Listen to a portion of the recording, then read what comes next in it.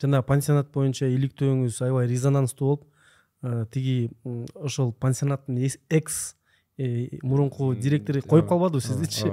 Анан андан кийин сиз арыз жаздыңыз, иш козголду. Ошону менен эмне болуп бүттү ал иш? Ушул жерден ачык айтайын, мындай болду. Ал жерде өзү ошентип баргандан кийин, жана чапкандан кийин эми адамсың да, жинин келет, ыза болосуң дегендей.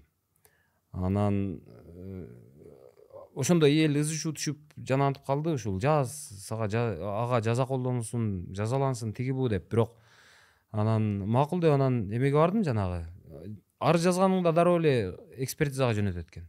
Экспертизага барганда эми ал баягы камерадан аябай эме болуп көрүнгөн, чалп деп тийгендей болгон менен эми ал мындай шапалак тийиптир да, эми ал эч жерим көгөрбөптүр, ишибептир, сынбаптыр, канабаптыр дегендей. Анан жанагы экспертиза эме жаракат таппай койду да. Анан кантип чыгарып берейин дейт. Кандай болсо ошентип чыгарып бер дедим. Десем анан ошо жаракат жок деп чыгарып берген го дейм. Ал бир нече күндөн кийин чыгат экен. Мен анан караган деле жокмун.